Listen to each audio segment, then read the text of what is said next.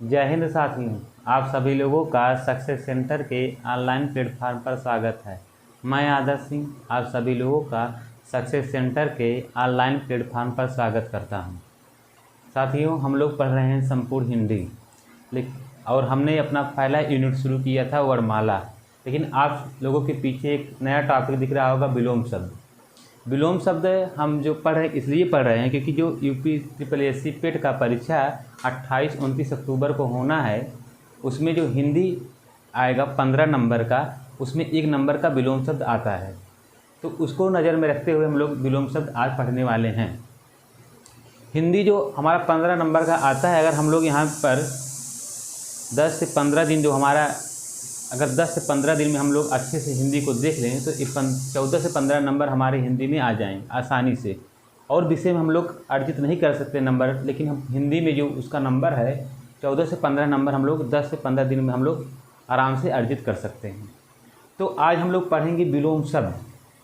और विलोम शब्द के कुछ नियम होते हैं। बहुत से लोग पढ़ाते हैं विलोम शब्द, आते ही शुरू कर देंगे विलोम शब्द, जो 10-20 बताएंगे आपको शब्द, उसके बाद विलोम शब्द कंप्लीट हो जाता है। तो लेकिन हम लोग विलोम शब्द उस तरह से नहीं पढ़ेंगे, हम लोग पढ़ेंगे कुछ इसके नियम पढ़ेंगे। कोई भी चीज़ हो उसके कुछ ना कुछ नियम होते हैं, तो हम लोग विलोम शब्द के भी नियम पढ़ेंगे। 7-8 नियम है, उसको हम लोग पढ़ेंगे कि विलोम शब्द कैसे बनते हैं। उसके बाद हम लोग देखेंगे जो यूपी ट्रिपल एस सी पेट में जो महत्वपूर्ण विलोम शब्द पूछे गए हैं और आयोग द्वारा पेट में और अन्य परीक्षाओं में, उसको भी हम लोग देखेंगे। कहने का तो एक ही नंबर है, लेकिन हम लोग एक एक नंबर जोड़ते चलेंगे तभी हम लोगों का नंबर बढ़ेगा। और पेट की परीक्षा जो 28-29 अक्टूबर को होनी है, अब हमारे पास ज़्यादा से ज़्यादा 20 दिन का समय है, तो हम लोग जो है उन्हीं सब्जेक्ट पर ज़्यादा समय देंगे जिसमें हमारा नंबर ज़्यादा अर्जित हो। जैसे हमारा मैथ हो गया, मैथ का जो है 20 नंबर का आपका डायग्राम जो, और जो है 5 नंबर का जो है आपका जो अर्थमेटिक से पूछा जाएगा, 25 नंबर ए हो गया। और 15 नंबर का आपका हिंदी, तो 40 नंबर का ए हो गया आपका। इंग्लिश आप लोग को अब पढ़ना नहीं है। इंग्लिश जो भी करना है पैराग्राफ से आप लोग 1-2 क्वेश्चन भी कर लेंगे, ठीक है। नहीं तो आप इंग्लिश जब भी करने जाएंगे, तो अगर आपको कुछ नहीं आता है तो आप एक ही ऑप्शन मारेंगे। जैसे अगर आप ए मार रहे हैं तो ए ही मारिएगा, बी मार रहे हैं तो पाँचों में एक ही ऑप्शन आप पकड़ेंगे। हो सकता है उससे 2-3 नंबर तो आपको मिल ही जाएंगे, लेकिन आप अलग अलग अगर ऑप्शन मार देंगे तो हो सकता है उससे कम नंबर मिले। तो आप लोग जब भी मारिएगा तो एक ऑप्शन पकड़ लीजिएगा। अगर आपको कुछ नहीं समझ में आ रहा है, हिंदी में इंग्लिश में आपको कुछ नहीं आ रहा है, तो आप एक ही ऑप्शन पकड़ेंगे। जैसे ए पकड़े हैं तो सब पाँचों में ए ही मारिएगा, बी पकड़ें अगर कुछ नहीं है। अगर आप पैराग्राफ समझ रहे हैं तो अपने हिसाब से करिएगा। तो इंग्लिश मत पढ़िए, इंग्लिश का सिलेबस भी बहुत बड़ा है, अगर पढ़ने बैठेंगे तो टाइम जाएगा। मैथ हो गया, रीजनिंग हो गया, हिंदी, इस पर टाइम दीजिए आप लोग। उसके बाद अगर जीएस में आपको टाइम देना है तो आप करंट पर थोड़ा बहुत देख सकते हैं। जैसे G20 शिखर सम्मेलन हुआ, खेल हुआ, फिल्म जगत से हुआ, पुस्तक हुई, और कुछ चीज़ों पर और आप लोग यहाँ पर ध्यान दे सकते हैं। 2-3 नंबर तो आ ही जाएंगे आपसे अगर इतना आप लोग देख लेंगे। फिर हमको देखना है ज्योग्राफी देख लीजिए दूसरे नंबर पर। फिर आप जो है पॉलिटी देख लीजिए। हिस्ट्री को सबसे अंत में देखिएगा। हिस्ट्री का हम लोग मैराथन क्लास भी डालेंगे आपके लिए, उसको देख लीजिएगा, और कुछ प्रैक्टिस सेट भी डाला जाएगा। तो इस तरह से आप तैयारी बनाइए कुछ बचे हुए दिनों में, तो ज़्यादा से ज़्यादा नंबर अर्जित करना है। तो हम लोग अब बात करने वाले हैं विलोम शब्द पर। तो विलोम शब्द पहले जान लेते हैं, विलोम शब्द किसे कहते हैं, किन शब्दों से मिलकर बना है, विलोम शब्द का विलोम क्या होता है, कुछ बेसिक जानकारी जान लेते हैं। उसके बाद हम लोग नियम इसका पढ़ना शुरू करते हैं। हाँ, जो पेट का ग्राफ आपको पढ़ाया जा रहा है, आप लोग उसको अधिक से अधिक देखिए। प्रीवियस ईयर का क्वेश्चन भी कराया गया, उसके पहले भी कराया गया। बहुत शानदार क्लास चल रही है आरबी सर द्वारा, तो आप लोग उसको देखिए। तो अब चलते हैं अपने टॉपिक विलोम पर। तो आप लोग डालिएगा विलोम शब्द। तो आप लोग हर एक जितने शब्द बताए जाएंगे आप लोग उसको नोट करते चलिएगा। पहले शुरू होता है कि विलोम। जैसे मैं विलोम शब्द कर दूं तो पूछा जाएगा कि विलोम किन 2 शब्दों से मिलकर बना है। तो आप लोग बता दीजिएगा कि विलोम 2 शब्दों से मिलकर बना है, बी धन लोम, बी प्लस लोम। विलोम किन शब्दों से मिलकर बना है? दो शब्दों से मिलकर बना है, बी प्लस लोम। बी का अर्थ क्या होता है? उल्टा। बी का अर्थ आप लोग क्या बताएंगे? उल्टा।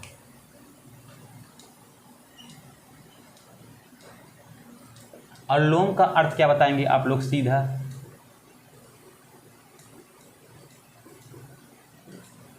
ठीक है, विलोम दो शब्दों से मिलकर बना है, बी प्लस लोम। बी का अर्थ क्या होता है? उल्टा, और लोम का अर्थ क्या होता है? सीधा। अब बात होती है कि विलोम कहते किसे हैं, इसकी परिभाषा की।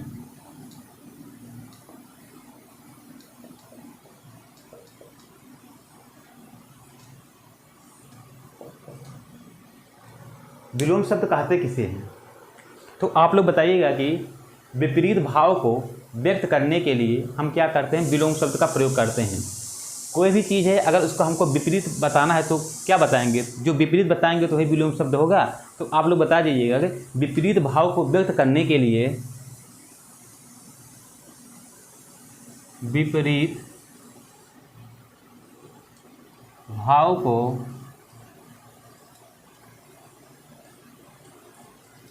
व्यक्त करने के लिए, व्यक्त करने के लिए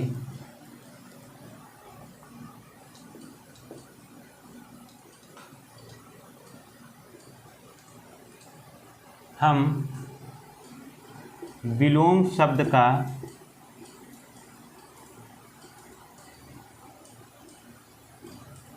विलोम शब्द का प्रयोग करते हैं।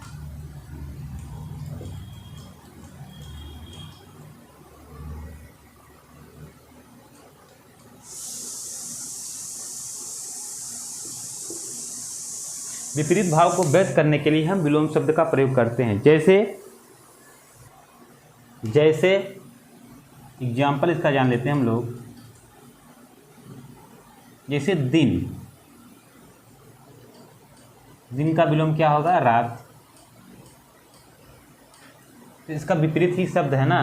ये दिन का अगर विपरीत शब्द पूछा जाएगा, क्या हो जाएगा? रात हो जाएगा। जैसे मैं कहूँ ऊपर,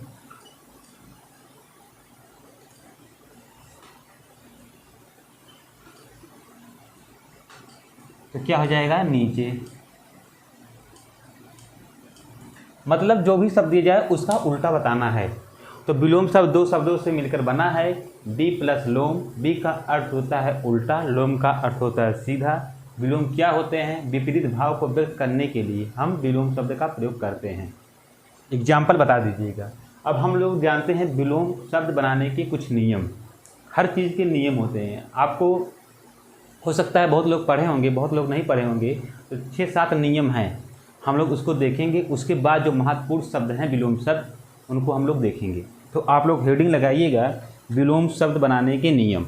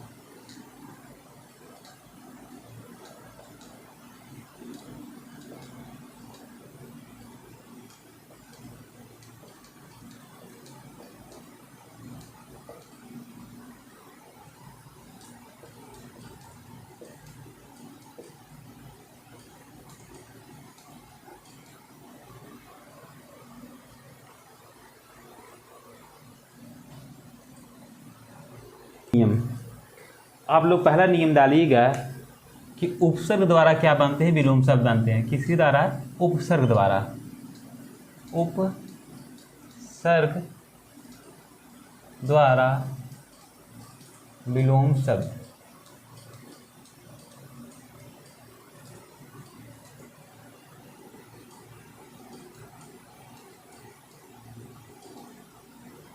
शब्द, ठीक है। तो तो सब बात उठता है कि उपसर्ग होते क्या हैं।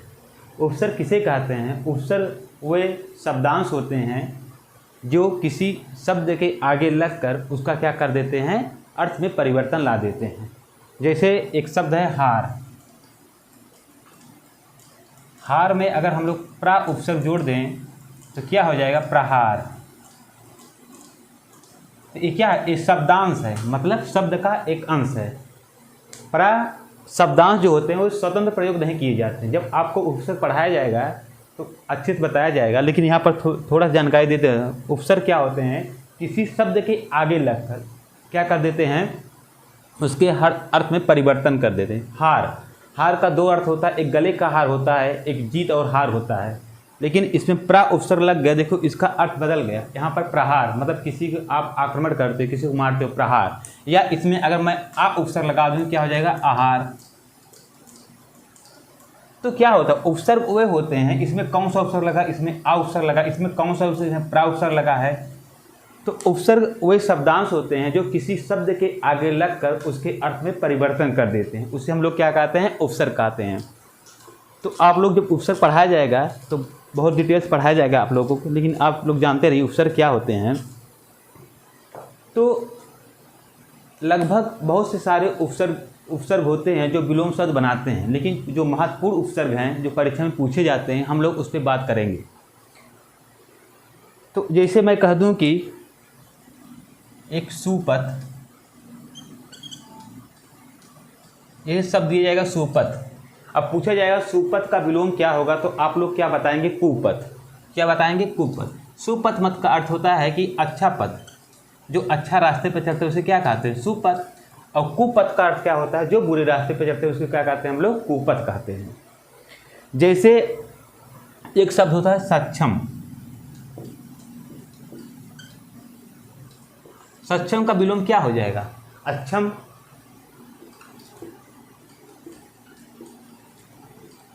देखिए यहाँ पर पथ क्या है? मूल शब्द है हमारा। पथ क्या है? मूल शब्द है। यहाँ पर देखिए सु उपसर्ग लगा है और इसमें यहाँ पर क्या लगा है? कु उपसर्ग लगा है।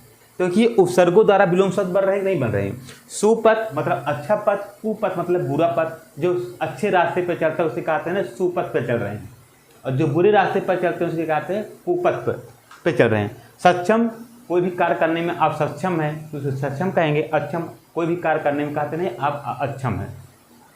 तो यहाँ पर सा उपसर्ग लगा है, यहाँ पर आ उपसर्ग लगा है। तो जो महत्वपूर्ण उपसर्ग हैं हम लोग अभी उपसर्ग के बारे में डिटेल से बात करेंगे, लेकिन पहला नियम हम लोग भी नियम पढ़ रहे हैं। तो अभी हम लोग फिर से उपसर्ग पाएंगे। अब दूसरा नियम हम लोग जानते हैं। जो 8-9 उपसर्ग महत्वपूर्ण होते हैं उससे जो शब्द बनते हैं विलोम शब्द, अभी हम आपको बताएंगे। पहले एक बार 7-8 नियम देख लेते हैं, उसके बाद हम लोग उपसर्ग पर डिटेल से हम लोग चर्चा करेंगे। ठीक है। दूसरा हमारा जो विलोम शब्द बनेगा, आप लोग इसको नोट करते चलिएगा।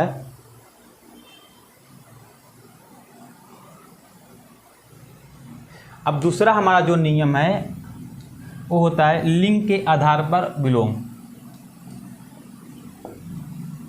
लिंग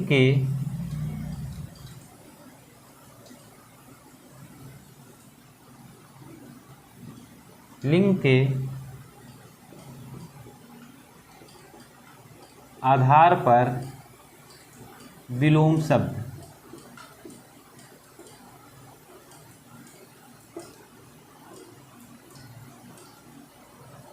ठीक है। जैसे मैं बोलूं राजा का विलोम क्या होगा? अब आप लोग क्या बताएंगे? रानी। राजा क्या है? राजा पुल्लिंग है, और रानी क्या है? रानी स्त्रीलिंग है ना। जैसे मैं पूछूं पुरुष का विलोम क्या होगा, तो आप लोग क्या बताएंगे? स्त्री।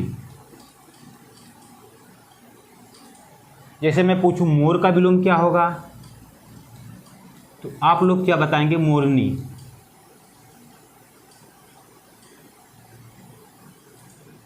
जैसे मैं पूछूं कि गेंडा का विलोम क्या होगा? गेंडा।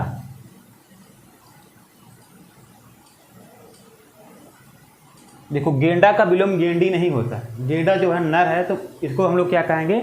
मादा गेंडा कहेंगे। क्या कहेंगे? मादा गेंडा कहेंगे। मादा गेंडा कहेंगे। तो राजा का विलोम क्या होगा? रानी। पुरुष का विलोम क्या होगा? स्त्री। मोर का विलोम क्या होगा? मोरनी। गेंडा का विलोम क्या होगा? मादा गेंडा। बहुत पूछा जाता है कि यह तितली का विलोम पूछ लिया जाए आपसे, तितली। तो आप लोग क्या बताएंगे? तितली देखिए क्या होता है? पुल्लिंग होता है। इसका विलोम क्या होगा? मादा तितली, मादा तितली। आप लोग दो बताइएगा, दो विलोम बताइएगा। विद्वान का विलोम बताइए क्या होता है? विद्वान। और कवि का विलोम क्या होता है? आपसे मैं दो बहुत बार पूछा जाता है कि विद्वान का विलोम क्या होगा और कवि का विलोम क्या होगा। आप लोग जल्दी से बताइएगा कि विद्वान का विलोम क्या होगा और कवि का विलोम क्या होगा। तो विद्वान का जो विलोम होता है वो होता है विदुषी। क्या होता है? विदुषी। विद्वान जो अगर कोई पुरुष विद्वान है, कोई पुरुष है तो उसको हम लोग विद्वान कहेंगे, और कोई महिला है उसको हम लोग क्या कहेंगे? विदुषी कहेंगे। और कवि का विलोम क्या होता है? कवयित्री।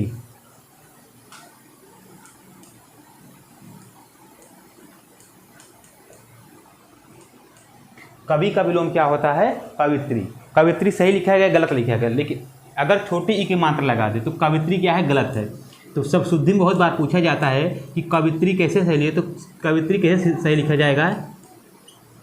छोटी ई की मात्रा आपको नहीं लगाना है, बड़ी ई की मात्रा लगा। त्रा पे कौन सा मात्रा रहेगा? बड़ी ई की मात्रा रहेगा, कवित्री। ठीक है।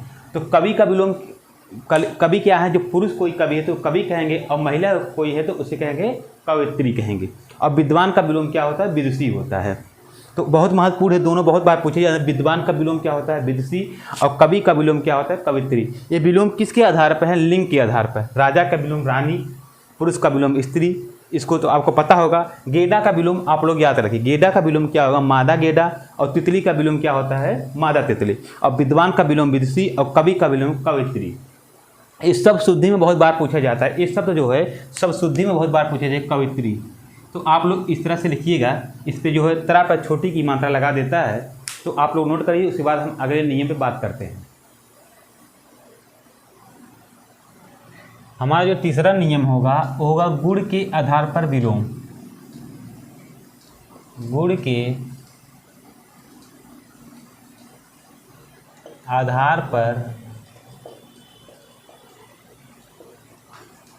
विलोम शब्द।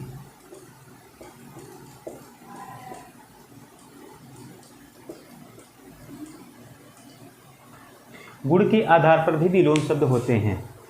जैसे मैं कहूं कि वीर का विलोम आप लोग बताइए। वीर क्या है? एक गुण है ना, तो वीर का विलोम क्या हो जाएगा? कायर।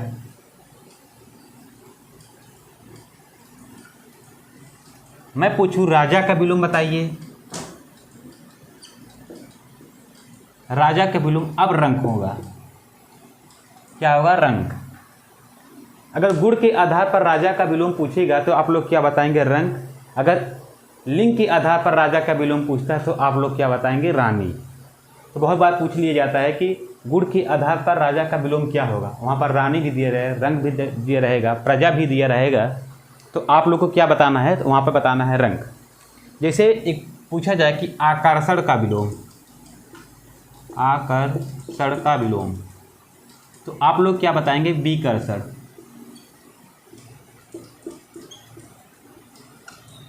कहते नहीं, आप किसी की ओर आकर्षित हो, आकर्षण, और किसी की ओर आकर्षित ना हो, क्या हो जाएगा? विकर्षण। बहुत पूछा जाता है कि पतिव्रता का विलोम क्या होगा? पतिव्रता।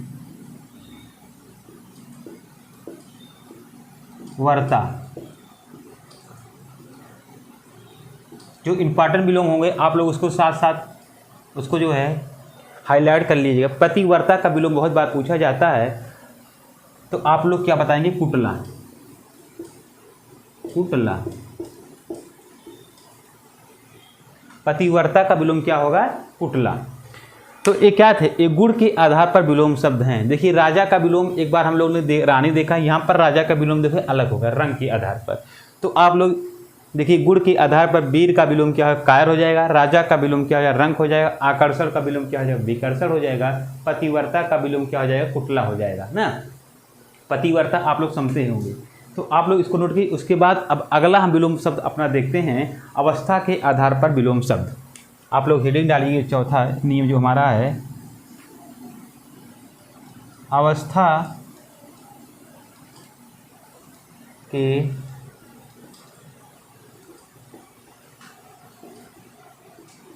आधार पर विलोम शब्द। अवस्था के आधार पर विलोम शब्द कौन से होते हैं, आप लोग इसको नोट कर लिए होंगे। तो हम लोग देखते हैं, जैसे अब बात कर लेते हैं राजा का। अब राजा का विलोम यहाँ पर क्या हो जाएगा, प्रजा।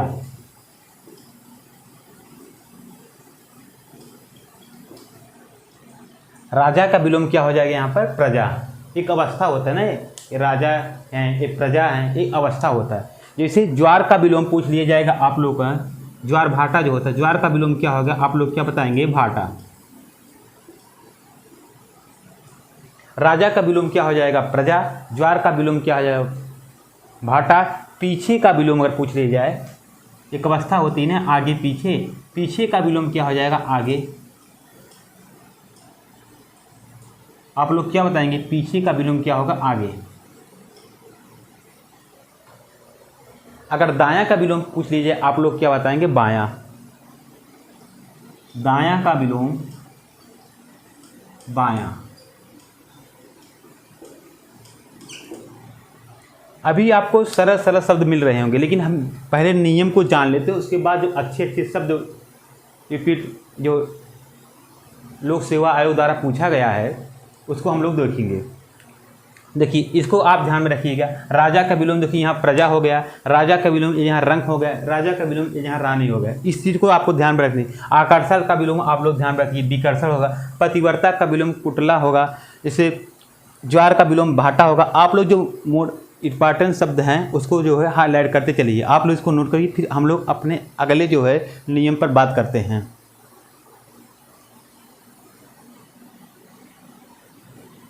वो का जो पांचवा नियम होगा क्या होगा, एकाधिक विलोम।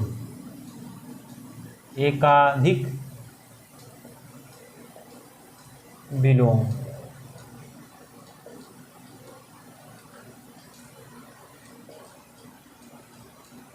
शब्द। एकाधिक का अगर हम लोग संध विच्छेद करेंगे, इसका संध विच्छेद क्या हो जाएगा, एक प्लस अधिक। ये टूटेगा ना,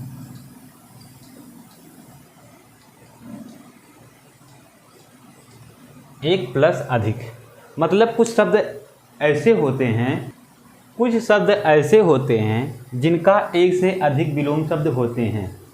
तो एकाधिक विलोम का शब्द का अर्थ ये होता है, तो लिख लीजिएगा कि कुछ शब्द ऐसे होते हैं, कुछ शब्द ऐसे होते हैं, ऐसे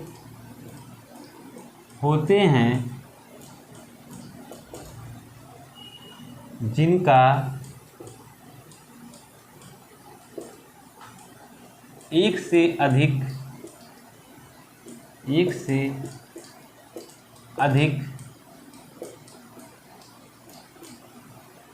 विलोम शब्द होते हैं। एक का अधिक शब्द का अर्थ ये हुआ कि कुछ शब्द ऐसे होते हैं जिनका एक से अधिक विलोम शब्द होते हैं। जैसे आप लोग अगर ध्यान दिए होंगे, राजा ही ले लीजिए आप लोग। राजा, राजा का मैंने आपको कितना विलोम बताया, देखिए क्या क्या बताया था। राजा का विलोम मैंने बताया था रानी, ये भी सही है। राजा का विलोम रंक, ये भी सही है। राजा का विलोम प्रजा, ये भी सही है। तो कितने विलोम शब्द, इसके 3 विलोम शब्द हो गए। तो राजा का विलोम क्या क्या हो गया, रानी भी हो गया, रंक भी हो गया, प्रजा भी हो गया। यही तो होता है, कुछ शब्द ऐसे होते हैं जिनका एक से अधिक विलोम शब्द होते हैं। कभी कभी देखिए राजा का विलोम इसको नहीं देकर इसको दे देगा, कभी कभी इसको नहीं इसको दे देगा, तो कन्फ्यूज हो जाते हैं बच्चे कि कैसे राजा का विलोम शब्द एक बार रंग माना गया तो कैसे प्रजा मान लिया गया। तो नियम यही होता है ना। ये क्या है, ये देखो लिंग के आधार पर है, ये क्या है, ये जो है गुण के आधार पर है, और एक ये अवस्था के आधार पर है।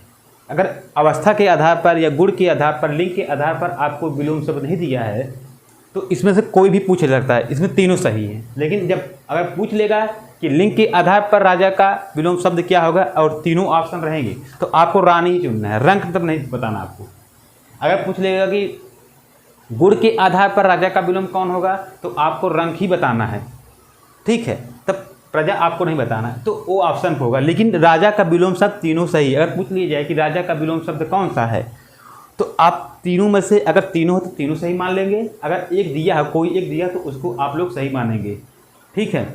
तो एक अधिक विलोम शब्द आपको समझ में आ गए होंगे। जैसे हम कुछ शब्द और लेते हैं, जैसे मैं ले लेता हूँ उर्वर, एक शब्द होता है उर्वर।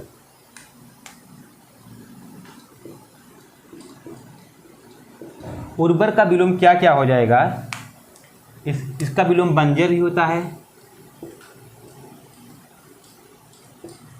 ना, इसका विलोम क्या होता है, बंजर भी होता है, अनुउर्वर भी होता है, अनुवर भी होता है, और इसका विलोम क्या होता है, ऊसर भी होता है। क्या होता है, ऊसर ना, बंजर, अनुउर्वर, ऊसर। जैसे मैं ले लेता हूँ उपसर्ग का ही विलोम बताइए, तो उपसर्ग का विलोम क्या क्या होता है, एक प्रत्यय होता है, एक होता है परसर्ग। उपसर्ग का विलोम उपसर्ग। उपसर्ग क्या होते हैं, उपसर्ग वे होते हैं जो किसी शब्द के आगे लगकर उसके अर्थ में परिवर्तन कर देते हैं। प्रत्यय क्या होते हैं, प्रत्यय वे होते हैं जो किसी शब्द के पीछे लगकर उसके अर्थ में परिवर्तन कर देते हैं। तो देखिए उपसर्ग तो आगे लग रहा है तो इसका विलोम क्या हो जाएगा, वह शब्द जो पीछे लगकर, ये आगे लगकर अर्थ में परिवर्तन कर रहा है ना, तो इसका उपसर्ग का विलोम क्या हो जाएगा, प्रत्यय, क्योंकि प्रत्यय जो पीछे लगकर किसी शब्द में परिवर्तन कर रहा है। तो आप लोग इसका विलोम क्या बताएंगे, प्रत्यय।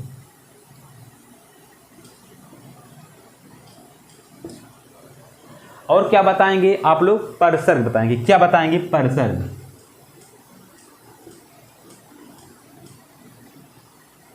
अगर आप लोगों के उपसर्ग का विलोम पूछ लिया जाए, प्रत्यय नहीं दिया हो तो परसर्ग दिया जाता है, तो आप लोग इसको सही मानेंगे। जैसे आपको पूछ लिया जाए आदि का विलोम बताइए, आदि का। आदि का अर्थ क्या होता है, आदि का अर्थ बहुत लोग लेते हैं अंत में, लेकिन आदि का अर्थ होता है प्रारंभ। आदि का क्या अर्थ होता है, प्रारंभ। एक बार पूछा गया है कि उपसर्ग कहाँ लगे होते हैं, आदि में लगे होते हैं, ऑप्शन में आदि था, लेकिन आदि का अर्थ क्या होता है, प्रारंभ। तो आदि का विलोम क्या हो जाएगा, अंत। आदि का विलोम, जब आदि का अर्थ प्रारंभ होता है तो इसका विलोम क्या हो जाएगा, अंत। और इसका एक विलोम हो जाएगा क्या, हमारा अनादि। क्या हो जाएगा, अनादि। तो आदि का विलोम क्या हो गया, हमारे पास दो शब्द हो गया ना, एक अंत हो गया, एक हो गया अनादि। जैसे हम ले लेते हैं अपना सभ्य।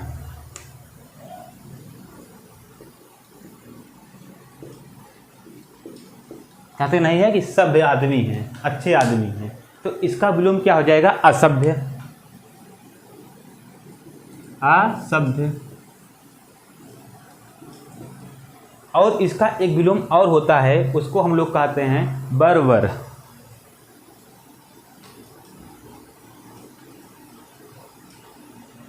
जो सभ्य आदमी रहेगा वो चुपचाप सही से रहेगा, और जो असभ्य आदमी रहेगा क्या कहता है, बर्बर आता रहता है, इसलिए क्या कहते हैं, इसको बर्बर कहते हैं। तो सभ्य का विलोम दोनों होता है, असभ्य भी होता है और बर्बर। बहुत बार बर्बर बहुत पूछा जाता है। सभ्य का विलोम तो असभ्य सभी को पता होगा, लेकिन बर्बर जो है पता नहीं होता है, तो आप लोग इसको जो है नोट करिए।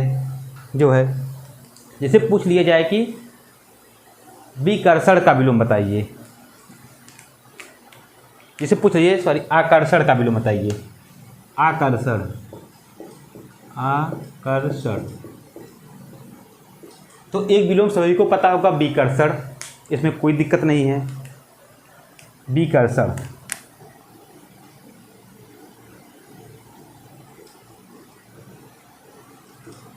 और क्या होगा, प्रतिकर्षण। क्या होगा, प्रतिकर्षण। प्रतिकर्षण।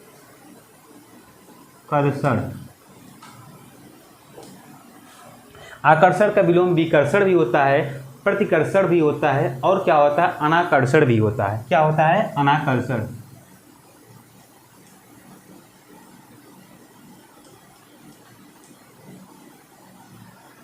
आकर्षक मतलब किसी की ओर आप जो है आकर्षित हो रहे हैं, और विकर्षण मतलब आप जो है आकर्षित नहीं हो रहे हैं। तो इसका तीनों विलोम शब्द सही होगा।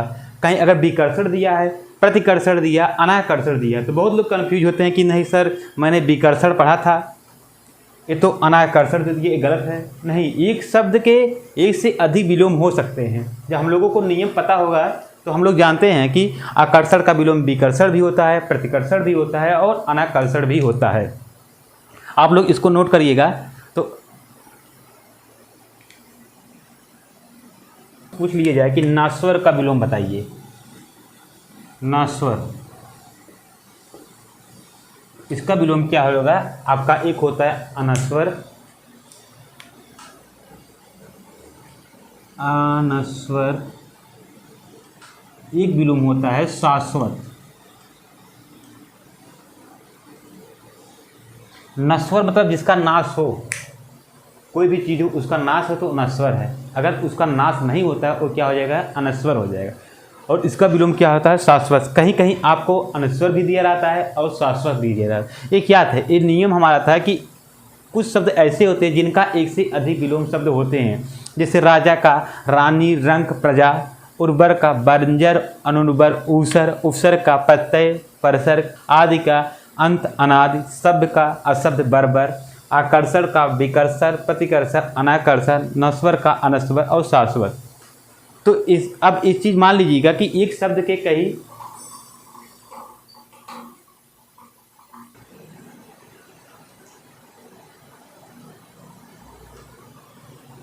अब हम लोग अपना छठा नियम पढ़ेंगे। हमारा छठा नियम क्या होगा, 5 नियम हम लोग पढ़ चुके हैं। हमारा छठा नियम होगा सटीक विलोम। कुछ शब्द ऐसे होते हैं जिनका सटीक विलोम होता है। क्या आप लोग जान रहे हैं, सटीक विलोम।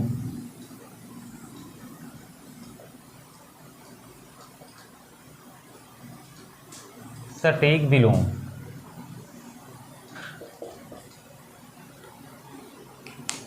कुछ शब्द ऐसे होते हैं जिनके निश्चित विलोम होते हैं, मतलब उनका वही विलोम होगा।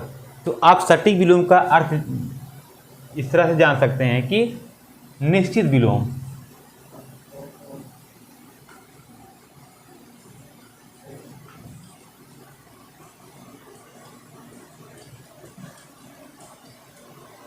आप लोग क्या कह सकते हैं, निश्चित विलोम।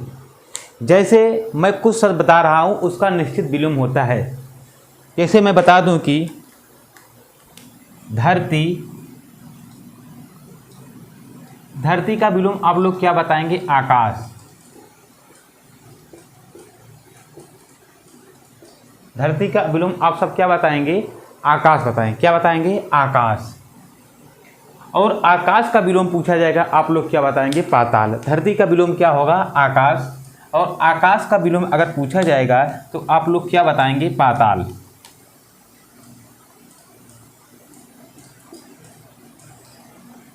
धरती का विलोम क्या होता है, आकाश होता है। धरती का विलोम आप लोग पाताल नहीं बता सकते। धरती का विलोम आप लोग पाताल नहीं बता सकते। धरती का विलोम आकाश होगा, आकाश का विलोम क्या होगा, पाताल होगा।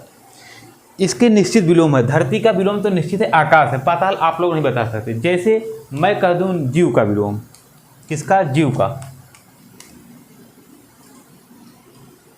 जीव का विलोम जो होगा आप लोग क्या बताएंगे, निर्जीव। क्या बताएंगे आप लोग, निर्जीव। जीव का विलोम पूछा जाएगा आप लोग निर्जीव बताएंगे। और अगर निर्जीव का विलोम पूछा जाएगा आप लोग क्या बताएंगे, सजीव।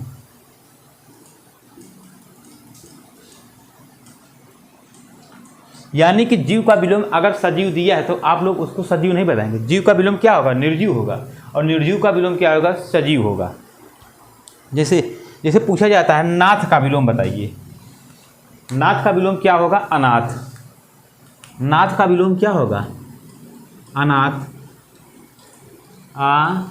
अनाथ। और अनाथ का विलोम पूछा जाए क्या होगा, तो आप लोग क्या बताएंगे, अनाथ का विलोम नाथ नहीं बताएंगे, या नाथ का विलोम अनाथ नहीं बताएंगे। अब अनाथ का विलोम पूछा जाएगा, आप लोग क्या बताएंगे, सनाथ।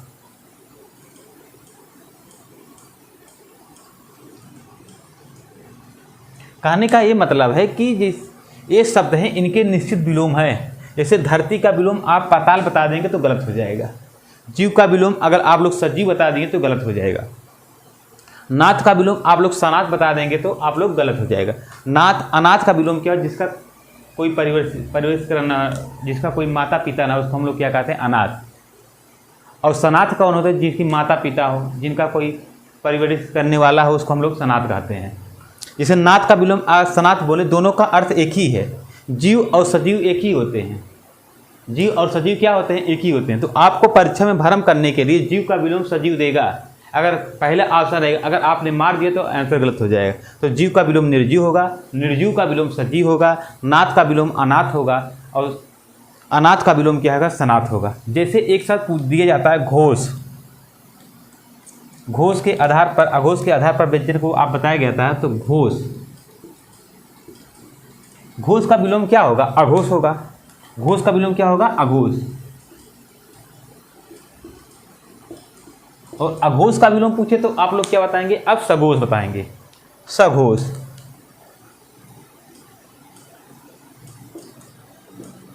देखिए घोष और सघोष एक ही होते हैं ना। पूछा जाता है घोष व्यंजन या सघोष व्यंजन कौन से होते हैं, दोनों का अर्थ एक ही होता है। जैसे पूछा जाए आपसे आमिष, क्या पूछा जाएगा आपसे, आमिष।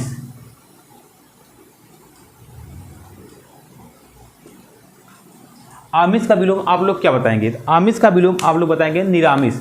आमिष का मतलब वो होता है जो मांस खाते हैं, उसको हम लोग क्या कहते हैं, आमिष कहते हैं। जो लोग मांस नहीं खाते उन लोग हमको क्या कहते हैं, उन लोगों को निरामिष। तो आमिष का विलोम क्या हो जाएगा, निरामिष,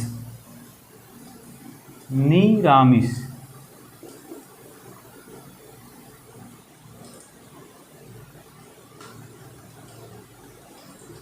और निरामिष का विलोम क्या हो जाएगा, तो आप लोग क्या बताएंगे, सामिष। क्या बताएंगे, सामिष,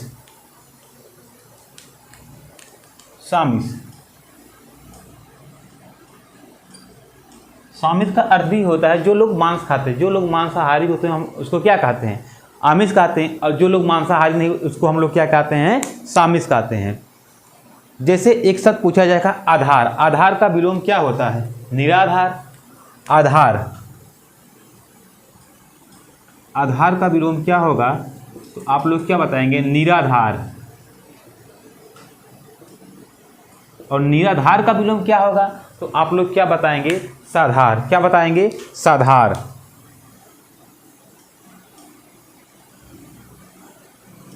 आप लोग साथ ही साथ नोट करते चलिएगा, इसको इस तरह से बना लीजिए। जैसे धरती का विलोम आकाश, आकाश का विलोम पाताल, जीव का विलोम निर्जीव, निर्जीव का विलोम सजीव, नाथ का विलोम अनाथ, अनाथ का विलोम सनाथ, घोष का विलोम अघोष, अघोष का विलोम सघोष, आमिष का विलोम निरामिष, निरामिष का विलोम सामिष, आधार का विलोम निराधार, निराधार का विलोम साधार। आधार जिसका कोई आधार हो, और निराधार जिसका कोई आधार नहीं हो, उसको हम लोग क्या कहेंगे, निराधार कहेंगे। तो आप लोग इसको नोट करते चलिए। फिर कुछ शब्द और हम लोग बात कर लेते हैं। जैसे एक शब्द होता है हमारा अगम, अगम, और इसका विलोम क्या होगा, सुगम। जहाँ जाना कठिन हो सके हम लोग क्या कहते हैं, अगम कहते हैं। जहाँ जाना मतलब कठिन ना हो तो हम लोग क्या कहते हैं, सुगम कहते हैं। नहीं कहते हैं ये अगम रास्ता है, ये सुगम रास्ता है। अब सुगम का जो विलोम होगा वो क्या होगा, दुर्गम हो जाएगा। क्या हो जाएगा, दुर्गम।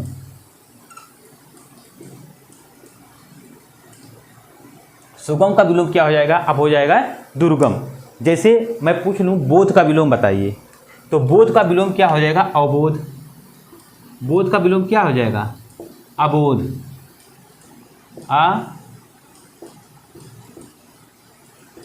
बोध का विलोम क्या हो जाएगा, अबोध। और अबोध का विलोम क्या हो जाएगा, सुबोध, सुबोध, सुबोध।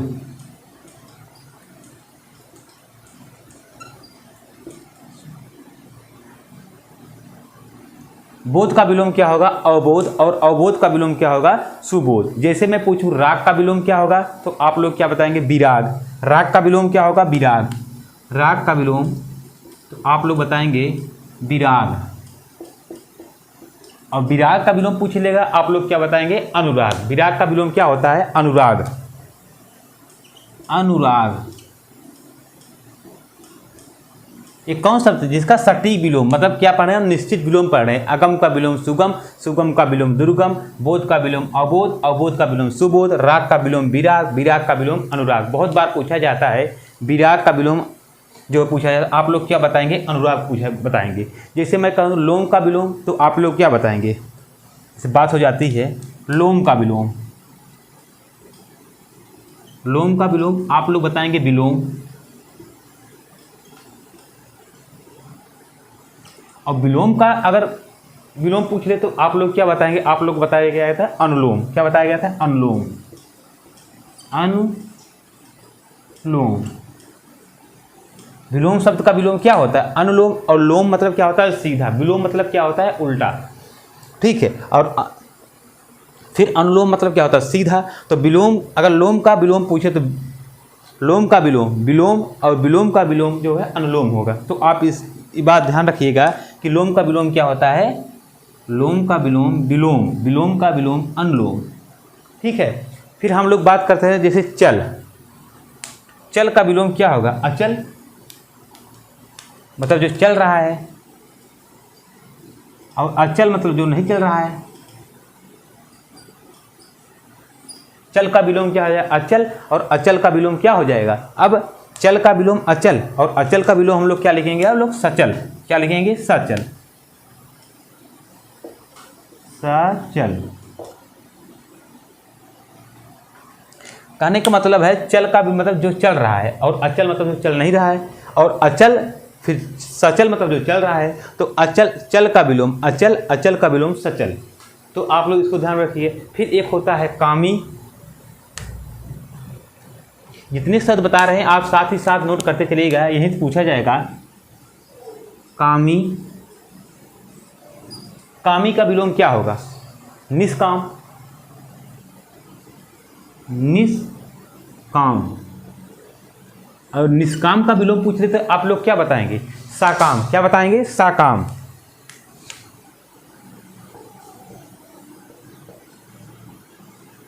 साकाम।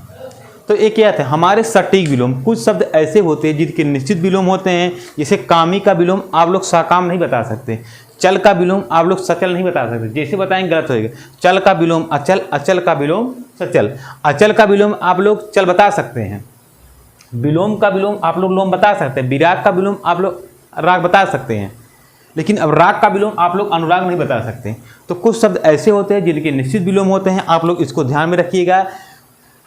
और उसके बाद हम लोग ये हमारे थे 6, लगभग 6, और जो 6 नियम थे हमारे विलोम, इन नियमों को हम लोग ध्यान में रखेंगे कि हमारे इतने नियम से हमारे जो है विलोम शब्द बनते हैं। ठीक है। और फिर हम लोग बात करेंगे जो हमारे आयोग द्वारा पूछे गए हैं विलोम शब्द विभिन्न परीक्षाओं में, उस पर हम लोग बात करेंगे। तो हमारे ये जो जितने 6 नियम थे आप लोग अच्छे से इसको देखिए। उसके बाद हम बात करेंगे, पहला जो नियम पढ़े थे हम लोग उपसर्ग, बताया गया था ना, उपसर्ग के बारे में हम लोग थोड़ा सा डिटेल में जानकारी लेंगे। तो आप लोग फिर से वहाँ पर चलिए। पहले नियम में उपसर्ग, जैसे उपसर्ग के द्वारा बनने वाले विलोम शब्द, जो हमारे 8-9 महत्वपूर्ण उपसर्ग हैं, उसको हम लोग देखेंगे। उनसे 5-6 शब्द लेंगे उपसर्गों से, कैसे विलोम शब्द बन रहे हैं। उसके बाद हम लोग नियम हमारा खत्म होगा। उसके बाद जो महत्वपूर्ण विलोम शब्द होंगे उसको हम लोग देखेंगे। तो अब आप लोग हेडिंग डालिएगा, उपसर्ग से बनने वाले विलोम शब्द। पहले मैंने बताया था, थोड़ा सा चर्चा किया था, लेकिन अब थोड़ा सा उस पर डिटेल रूप में चर्चा हम लोग करेंगे। तो हेडिंग लगाइएगा आप लोग, उपसर्ग से बनने वाले विलोम शब्द।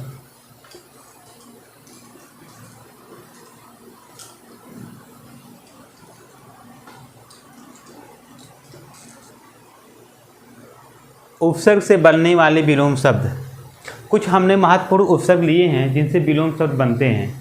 वैसे तो बनते हैं, बहुत से सारे उपसर्ग होते हैं, लेकिन जो महत्वपूर्ण जो परीक्षा में पूछे जाते हैं उन उपसर्गों को हमने लिया है, और उससे विलोम शब्द कैसे बनेंगे जानेंगे हम लोग।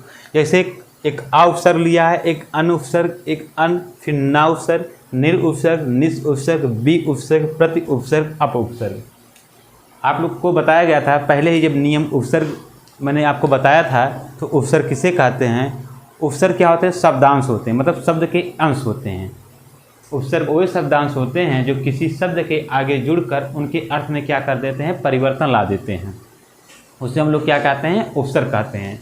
तो आइए हम एक एक उपसर्ग को अपने बात कर लें, जो 8-9 उपसर्ग हमारे हैं। उसके बाद इससे बनने वाले जो शब्द होते हैं विलोम शब्द, उस पर हम लोग बात करते हैं। पहला हेडिंग लगाइएगा आप लोग, आ उपसर्ग।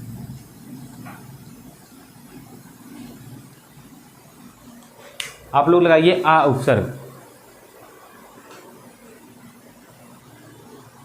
ये हमारे हैं शब्द। अब इन शब्दों को जो है हमको विलोम शब्द बनाना है, और किस उपसर्ग से? आ उपसर्ग से। उपसर्ग वे होते हैं जो किसी शब्द के आगे जुड़कर उनके अर्थ में परिवर्तन ला देते हैं। जैसे है लौकिक। लौकिक का अर्थ क्या होता है? जो संसार से संबंध रखने वाले होते हैं उसको हम लोग क्या कहते हैं? लौकिक कहते हैं। जो इस संसार से संबंध रखता है, लोक से संबंध रखता है, उसको हम क्या कहते हैं? लौकिक कहते हैं। तो लौकिक का विलोम क्या हो जाएगा? हम लोग इसमें आ उपसर्ग जोड़ देंगे, इसमें आ आगे लगा देंगे, तो ये क्या हो जाएगा? अलौकिक। अलौकिक मतलब जो इस संसार से संबंध नहीं रखता है उसे हम लोग क्या कहेंगे? अलौकिक। जो इस संसार से संबंध रखते हैं उससे हम लोग क्या कहते हैं? लौकिक शब्द लौकिक कहते हैं। तो लौकिक का विलोम क्या होता है? अलौकिक होता है। अगर परिहार का विलोम पूछे तो आप लोग क्या बताएंगे? अपरिहार। क्या बताएंगे? अपरिहार। अपरिहार। सबके आगे आप लोग आ उपसर्ग लगाते चले जाइए। देखिए परिग्रह का विलोम क्या हो जाएगा? अपरिग्रह।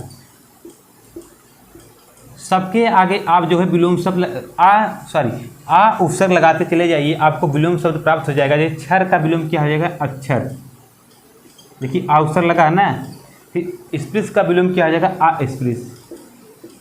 अस्पृश। हिंसा का विलोम क्या हो जाएगा? अहिंसा। अहिंसा। और नश्वर का विलोम क्या हो जाएगा? अनश्वर।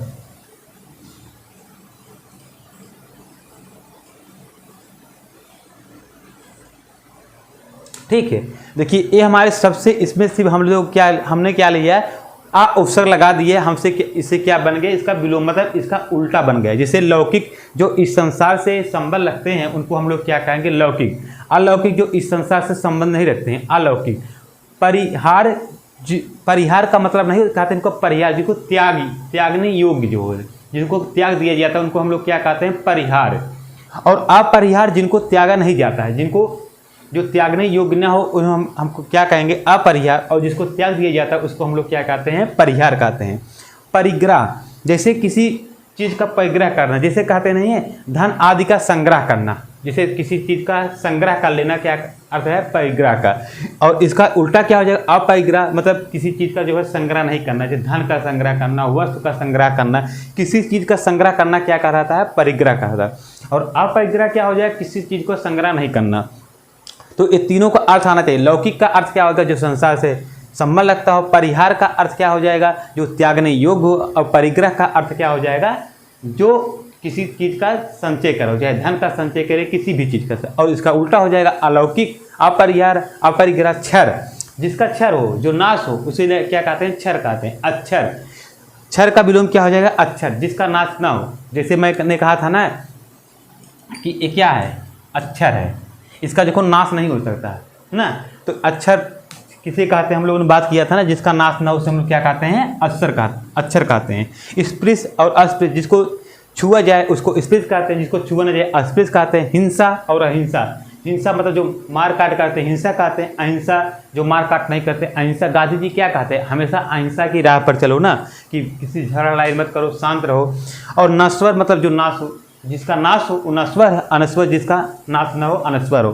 तो ये शब्द थे, इनमें हम लोगों ने सिर्फ आ, देखिए आ उपसर्ग लगाया है। आ उपसर्ग, आ उपसर्ग, आ उपसर्ग, आ उपसर्ग, आ उपसर्ग, आ उपसर्ग, और बन गया हमारा विलोम शब्द। तो उपसर्ग से बनने वाले विलोम शब्द, तो आप इसको ध्यान में रखिए, बहुत महत्वपूर्ण है। तीनों तो बहुत बार पूछे जाते हैं।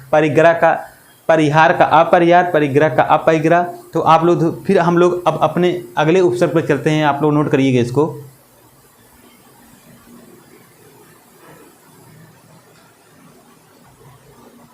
अब हम लोग अपना दूसरा उपसर्ग लेते हैं अन उपसर्ग। अन उपसर्ग जो होता है हमेशा स्वर के साथ प्रयोग होता है। इसका प्रयोग किसके साथ होता है? हमेशा स्वर के साथ। अन उपसर्ग का प्रयोग हमेशा किसके साथ होता है? आप लोग क्या बताएंगे? स्वर के साथ होता है।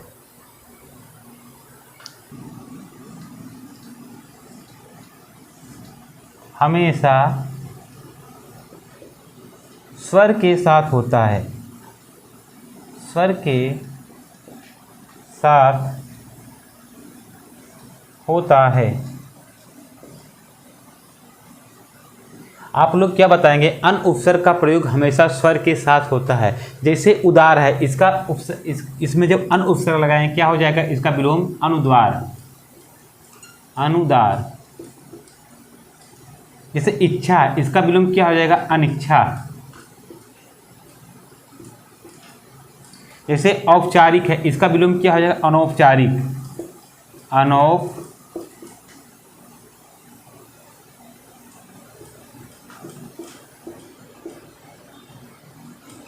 जैसे आदि है, इस पे अन उपसर्ग लगे क्या हो जाएगा? अनादि।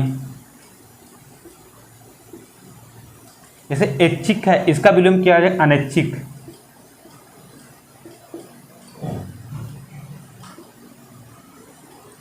असन है, इसका विलोम क्या हो जाएगा? अनशन, अनशन। जैसे अभिज्ञ है, इसका विलोम क्या हो जाएगा? अनभिज्ञ, अनभिज्ञ। हम विलोम शब्द बनाने के लिए क्या किए? सिर्फ अन उपसर्ग को इसमें जो है जोड़ दिए। उपसर्ग क्या होते हैं? किसी शब्द के आगे लगकर उसके अर्थ में परिवर्तन कर देते हैं, उससे हम लोग क्या कहते हैं? उपसर्ग कहते हैं। जैसे अन, हमने अन उपसर्ग लिया और इसके आगे क्या जोड़ा? उदार। अन उपसर्ग किस में जोड़ रहे हैं? हम उदार शब्द में जोड़ रहे हैं। उदार व्यक्ति होता है ना, उदार। तो देखिए, ये देखिए जो ऊ की ऊ है, इसकी मात्रा क्या होती है?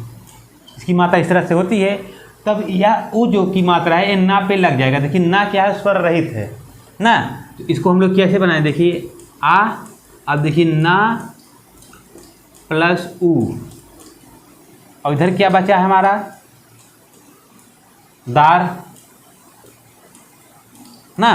तो देखिए ना इस तरह से लिखा है, तो ना अब ये छोटे ऊ का मात्रा किस तरह? ना पर लग जाएगा। तो ये क्या हो जाएगा? देखिए आ प्लस नू प्लस दार, और जब इसको सब मिला दें क्या हो जाएगा?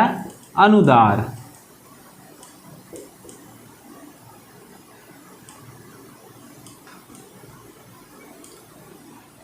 देखिए ना, अन उपसर्ग है। देखिए इसका प्रयोग हमेशा स्वर के साथ होता है। अन का देखो स्वर ऊ स्वर है, तो जब अन उपसर्ग रहेगा तो यहाँ पर शुरुआत किससे होगी? ऊ से होगी। जो भी शब्द रहेगा उसका शुरुआत किससे होगा? स्वर से होगा। देखिए अनुद्वार हो गया, तो ए वही यही ऊ जो है ना पे लग जाएगा, क्या हो जाएगा? अनुद्वार हो गया। जैसे अभिज्ञ, अभिज्ञ का अर्थ क्या होता है?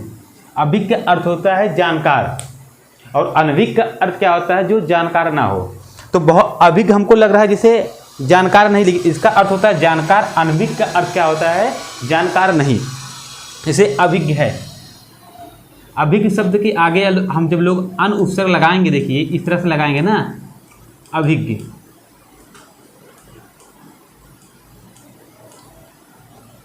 देखिए ए आ जो है ना में जुड़ जाएगा तो क्या हो जाएगा? ना जो है स्वर सहित हो जाएगा। जब स्वर सहित हो जाएगा तो इससे हलंत जो है हट जाएगा। तो ये क्या हो जाएगा? देखिए आ प्लस, अब आ और ना जुड़ गया तो ये क्या बन गया? ये पूरा ना बन गया, और फिर क्या हो जाएगा? हमारा भिज्ञ शब्द बनेगा। जब हम लोग इसको जोड़ देंगे हमारा क्या बन जाएगा? अनभिज्ञ।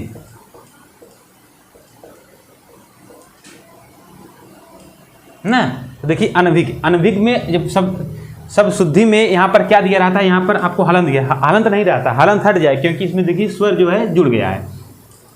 तो अभिज्ञ का अगर आपसे विलोम पूछा जाएगा क्या होगा, अनभिज्ञ। अभिज्ञ मतलब क्या होता है, जानकार। अनभिज्ञ मतलब क्या होता है, जानकार नहीं। असन मतलब होता है भोज पदार्थ, और अनशन मतलब होता है जो उपवास। कहते नहीं कि हम अनशन पर बैठे हैं, उपवास करके बैठे हैं ना। ऐच्छिक मतलब है स्वयं, स्वयं कुछ चीज़ करना ऐच्छिक, मेरी इच्छा है। और अनैच्छिक मतलब जो है स्वयं नहीं करना। आदि का मतलब क्या होता है, प्रारंभ। आदि का मतलब क्या होता है, प्रारंभ। अनादि का मतलब क्या होता है, अंत। आदि का मतलब क्या होता है, प्रारंभ। अनादि का मतलब क्या होता है, अंत। ठीक है। तो इच्छा का मतलब आप लोग जाने जाने। औपचारिक मतलब जाने, कोई भी काम औपचारिक होता है और अनौपचारिक होता है। कहते नहीं कि ये औपचारिक कार्य है। आप लोग पढ़े होंगे ना, अनौपचारिक शिक्षा का क्या होती है, औपचारिक शिक्षा क्या होती है। औपचारिक शिक्षा कहाँ दी जाती है, हमको विद्यालय में दी जाती है। अनौपचारिक शिक्षा कहाँ दी है, हमको समाज में मिलती है ना। कि हम कहीं भी रहें, कहीं खड़े हैं, अगर कोई भी शिक्षा हम प्राप्त कर लेते हैं, जैसे बाजार में हम खड़े हैं, कोई भी ज्ञान हम वहाँ प्राप्त कर लिए, तो क्या होगा, हमारी अनौपचारिक शिक्षा हो गई। इसमें कोई समय नहीं होता, कोई टाइम नहीं होता अनौपचारिक शिक्षा में। लेकिन औपचारिक शिक्षा जो होती है हमको एक समय में होगा। जैसे हम विद्यालय में कोई शिक्षा प्रदान कर रहे हैं, क्या होगी, औपचारिक शिक्षा होगी। तो औपचारिक अनौपचारिक होगा। इच्छा जान ही रहे हैं, इच्छा का विलोम क्या हो जाएगा, अनिच्छा हो जाएगा। उदार का विलोम क्या हो जाएगा, अनुदार हो जाएगा। तो आप लोग इसको नोट कर लीजिए। अन उपसर्ग हमेशा स्वर के साथ होता है, तो हमने बताया। तो सब शुद्धि में पूछा जाएगा तो अनभिज्ञ के ना पे जो है हलंत लगा देता है। पूछेगा या शब्द शुद्ध है कि नहीं शुद्ध है, तो ये अशुद्ध है, क्योंकि देखिए हमने बताया किस तरह से होता है। तो अन उपसर्ग हमेशा स्वर के साथ प्रयोग होता है। तो आप लोग नोट करिए, उसके बाद हम बात करते हैं अपने अगले उपसर्ग पर।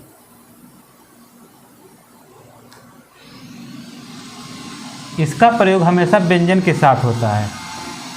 इसका प्रयोग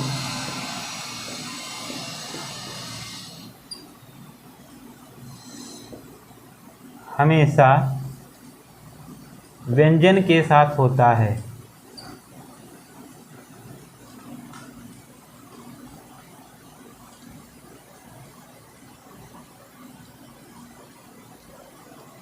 इस अन्न का जहाँ हलंत लगे रहेगा, उस अन्न का जो है प्रयोग स्वर के साथ होता है, और इसका प्रयोग जो होता है व्यंजन के साथ होता है। जैसे होनी है, इसके आगे अगर हम अन उपसर्ग लगा देंगे, क्या हो जाएगा, अनहोनी। होनी का विलोम क्या हो जाएगा, अनहोनी हो जाएगा। जैसे जानकार है, इसके आगे जब हम लोग अन उपसर्ग लगा देंगे, क्या हो जाएगा, अनजान हो जाएगा। क्या हो जाएगा, अनजान।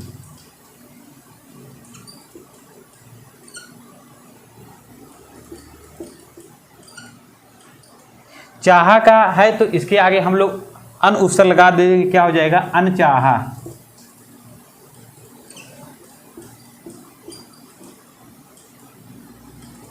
सुनी के आगे जब हम लोग अन उपसर्ग लगा देंगे, क्या हो जाएगा, अनसुनी। ये क्या हो जाएगा, अनमोल। सिर्फ अन उपसर्ग लगा देना है, उस क्या बन जाएगा, विलोम शब्द बन जाएगा। अनसुनी, अनसुनी। देखी के अनदेखी। जैसे होनी क्या हो जाएगा, अनहोनी हो जाएगा। जानकार का क्या हो जाएगा, अनजान हो जाएगा। चाह का अनचाहा, सुनी का अनसुनी, मोल का अनमोल। फिर सुनी आगे मान लीजिए अनसुनी होगा। जैसे होनी के होनी शब्द है, इसके आगे हम लोग क्या लगा रहे हैं, अन उपसर्ग लगा रहे हैं। देखिए यहाँ पर क्या है, व्यंजन है ना, तो अन उपसर्ग का प्रयोग हमेशा व्यंजन के साथ होगा, सीधा जुड़ जाएगा। क्या हो जाएगा, ये हो जाएगा अनहोनी। अनहोनी। तो देखिए उपसर्ग, अन उपसर्ग और अनुसर्ग का प्रयोग हम लोग ने देखा कैसे विलोम शब्द बनते हैं। आप लोग इसको नोट करिए, फिर अपने अगले उपसर्ग प्रयोग करते हैं हम लोग। उपसर्ग जो है फारसी भाषा का उपसर्ग है। किसका है, फारसी भाषा का उपसर्ग है। फारसी भाषा का।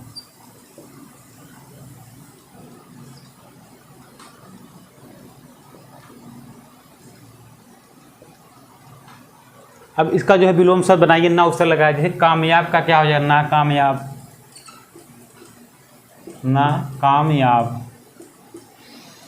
सिर्फ ना उपसर्ग लगाते चले जाइए। पाक का क्या हो जाएगा, नापाक। मुमकिन का क्या हो जाएगा, नामुमकिन।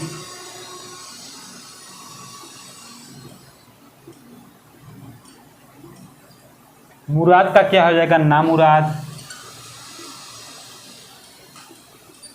ना उपसर्ग लगा दे करिए। पसंद का क्या हो जाएगा? नापसंद। और बालिग का क्या हो जाएगा? नाबालिग। नाबालिग। तो क्या हो जाएगा? कामयाब का कामयाब, पाक का पाक, मुमकिन का नामुमकिन, मुराद का नामुराद, पसंद का नापसंद, बालिग का नाबालिग। इसका अर्थ जान ही रहे। मुराद का अर्थ क्या होता है? अभिलाषा।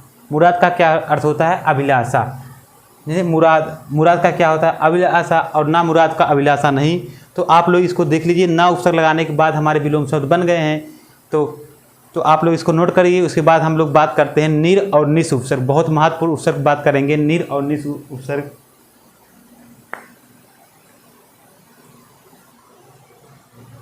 अब हम देख लेते हैं निर उपसर्ग से बनने वाले विलोम शब्द। निर उपसर्ग, दोषी के आगे जब निर उपसर्ग लगाएंगे इसका विलोम क्या बनेगा? निर्दोष। क्या बनेगा? निर्दोष।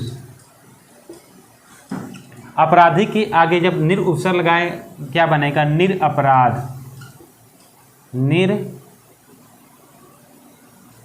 अपराध। और रोगी के आगे जब लोग निर उपसर्ग लगाएंगे तो क्या बोलेंगे? निर्रोग। निर्रोग।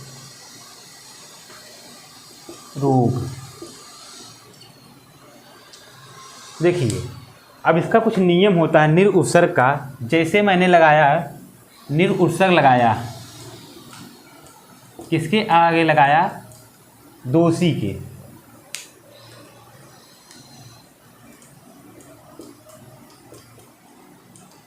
तो बनना क्या चाहिए? निर्दोषी। तो देखिए हमने दोषी का क्या विलोम बनाया? निर्दोषी। लेकिन हमने लिखा क्या? निर्दोष। अगर निर्दोषी शब्द क्या होता है? अशुद्ध होता है। वही हम जानेंगे निर्दोषी शब्द क्यों अशुद्ध होता है। आप लोग देख रहे हैं अपराधी का क्या हमने विलोम बताया? आपको निर अपराध बताया, निर अपराधी नहीं बताया। और रोगी का विलोम क्या बताया मैंने? निरोगी नहीं बताया। आप लोग सोचते होंगे कि निर्दोषी का विलोम तो निर्दोषी होना चाहिए, अपराधी का विलोम निर अपराधी होना चाहिए, और रोगी का विलोम निरोगी होना चाहिए। क्यों आपने निरोग लिख दिया, यहाँ पर निर अपराध लिख दिया, निर्दोष लिख दिया? आप लोग अब ध्यान दीजिए। देखिए निर उपसर्ग का अर्थ होता है नहीं। निर उपसर्ग का अर्थ किस में होता है? नहीं में। ठीक है।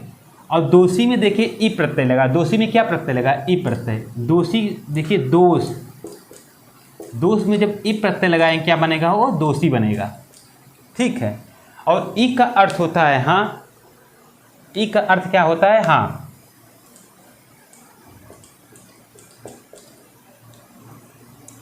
किसी भी शब्द में नहीं और हाँ शब्द एक साथ नहीं आ सकते। आ सकते हैं तो शब्द ही गलत हो जाएगा। जैसे मैं निर्दोषी बोलता तो इसमें देखिए नहीं का भी अर्थ आ रहा है और हाँ का भी अर्थ आ रहा है, तो इस तरह से गलत हो जाएगा। तो इसीलिए कहा जाता है कि निर उपसर्ग तथा ए प्रत्यय एक साथ जो है नहीं आते हैं। कहा जाता है, क्या कहा जाता है? तो आप लोग नोट कर लीजिएगा कि निर उपसर्ग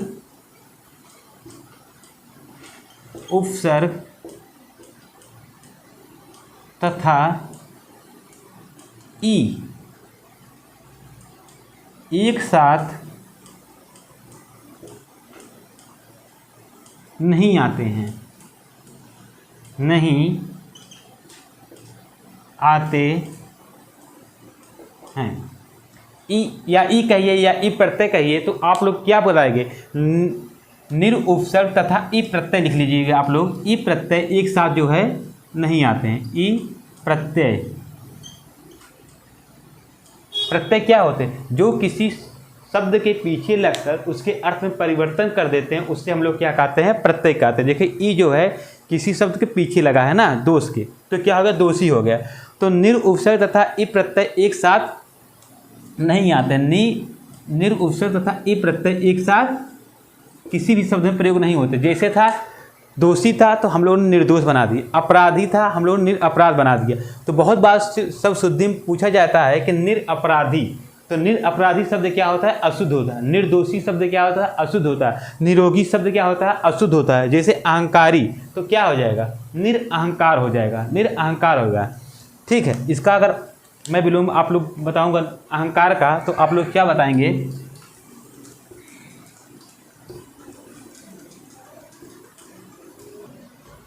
अहंकारी का क्या होगा? निरअहंकार।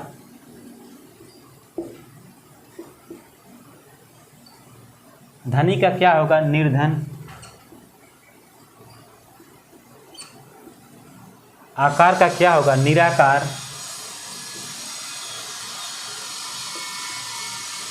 और आमिष का क्या होगा? निरामिष।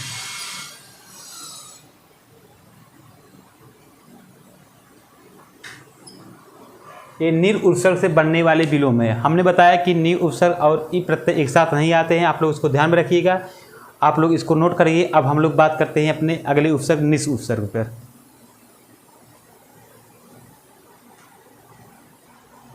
स्वार्थी का विलोम क्या हो जाएगा? निस्वार्थी। निस्वार्थी। आप लोग इस तरह भी लिख सकते हैं, निस्वार्थी।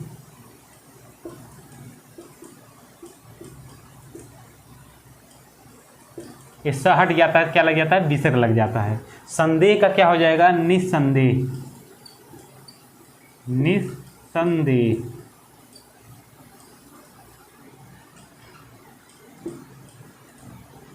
संकोची का क्या होगा? निसंकोच। निसंकोच।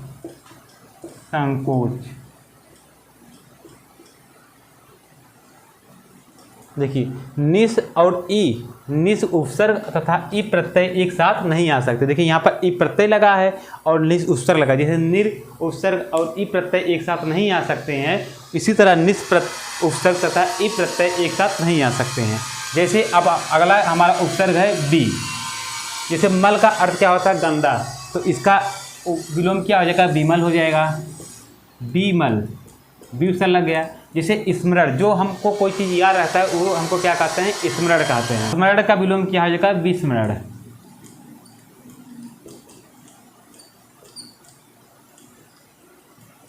स्मरण का विलोम क्या हो जाएगा? विस्मरण हो जाएगा। देखिए निस्वार्थ का विलोम दोनों ही सही है, चाहे ये बताइए चाहे आप लोग दोनों बता सकते हैं आप लोग, तो आप इसको नोट करिए। फिर हम हमारा जो बताए प्रति और अप उपसर्ग बताया उसके बारे में हम लोग जो है देखते हैं, आप लोग इस बार नोट करिएगा एक बार। अब हम लोग बात करते हैं अप उपसर्ग पे।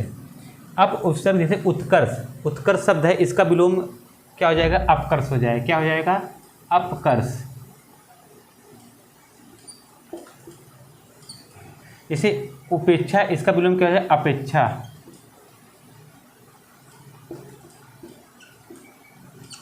जैसे उपकार है, इसका विलोम क्या हो जाएगा? अपकार। जैसे यश है, इसका विलोम क्या हो जाएगा? अपयश। और कीर्ति का विलोम क्या हो जाएगा? अपकीर्ति।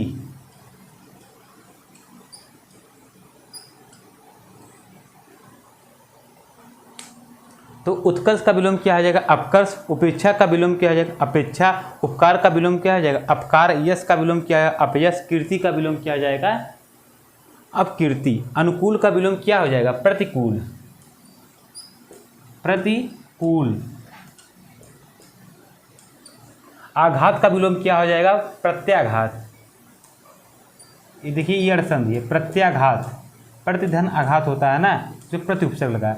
और अर्पण का विलोम क्या होता है? प्रत्यार्पण।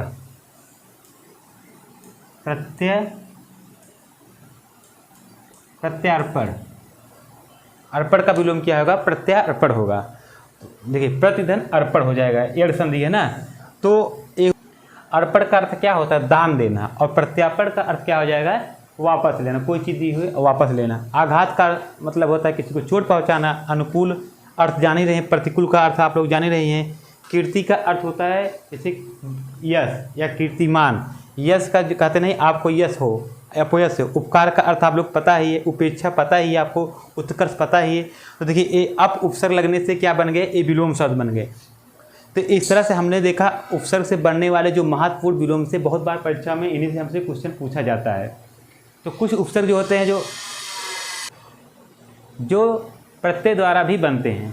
विलोम जो है प्रत्यय द्वारा भी बनते हैं। उपसर्ग द्वारा हम लोग विलोम देख लिए, आप लोग इसको नोट करिएगा। उसके बाद 2-3 देख लेते हैं प्रत्यय द्वारा जो विलोम बनते हैं, आप लोग इसको एक बार नोट करिएगा।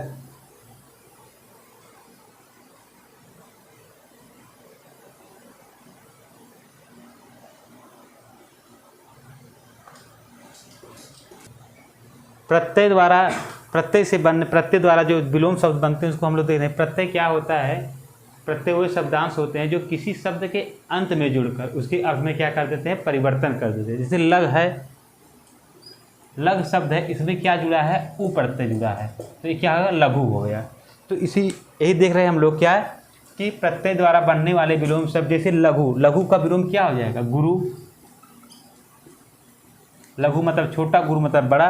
जैसे लघुमान है, इसका विलोम क्या हो जाएगा, गुरुमान।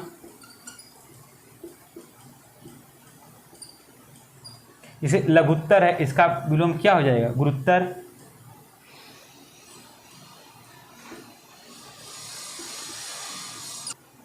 ये थे हमारे विलोम शब्द। हमने जो 6-7 नियम देखे, उसके बाद उपसर्ग से बनने वाले विलोम अच्छे तरीके से देखे। आप लोग इसको एक बार पढ़ लीजिएगा। इसके बाद अगली वीडियो में जो हम लोग बात करेंगे, जो आयोग द्वारा और परीक्षा में पूछे गए महत्वपूर्ण विलोम शब्द हैं, उसको हम लोग पढ़ेंगे। वो विलोम शब्द तभी आपको समझ में आएंगे जब ये नियम आपको पता होगा। तो वहाँ पर हम लोग क्या करेंगे, शब्द लेंगे, सिर्फ विलोम उसका लिखते चले जाएंगे तेज़ी से, और थोड़ा बहुत उसके अर्थ के बारे में हम लोग जानकारी लेते चलेंगे। तो ये वीडियो आप पढ़कर आएंगे तभी उस वीडियो को आप लोग पढ़ेंगे, और इस वीडियो को पढ़े रहेंगे जब उस आगे बात की जाएगी जो महत्वपूर्ण विलोम शब्द हैं तो कैसे बनते हैं, तो आपको अच्छे से समझ में आ जाएगा। तो इसको आप लोग आज देखिएगा। जो 6-7 वीडियो हैं, 1 नंबर यहाँ से आपका पक्का हो जाएगा। 2 वीडियो अगर आप जो है यहाँ पर 2 घंटे का समय दे देते हैं तो आपका 1 नंबर जो है पक्का हो जाएगा। और यहीं से हमारे जो विलोम शब्द देखने को मिलेंगे। आने वाली वैकेंसी जैसे यूपीपी हुई, आरओ की आ रही वैकेंसी, उसके बाद जो है और एसएससी जीडी की 84,000 वैकेंसी आ रही, उसमें हिंदी का बहुत महत्वपूर्ण स्थान है। एक नंबर जो विलोम शब्द है, सब लोग हल्के में लेते हैं, लेकिन यही 1 नंबर है जो हमको परीक्षा से बाहर करता है और अंदर करता है। तो अपना 1 नंबर आप यहाँ से बनाइए और अच्छे से इसको देखिए। जो 6-7 नियम बताए गए हैं और उपसर्ग द्वारा जो बनाए गए, अगर नियम आपके दिमाग में रहेगा तो आप जो है उसका विलोम भूलेंगे नहीं, आपसे गलती नहीं होगी। वो गलती अगर करवाना भी चाहेगा, अगर आपको नियम पता होगा, आप जो है उसको अच्छे से बता ले जाएंगे। तो तैयारी करते रहिए। आप जो मैथ का वीडियो पढ़ रहा है, आप जो है उसको अच्छे से देखिए। 28-29 को परीक्षा होने वाली है, उसको ध्यान में रखते हुए आप लोग अच्छे से तैयारी करिए और जो है पढ़िए। जो है इसी के साथ मैं अपने वाणी को विराम देना चाहता हूँ।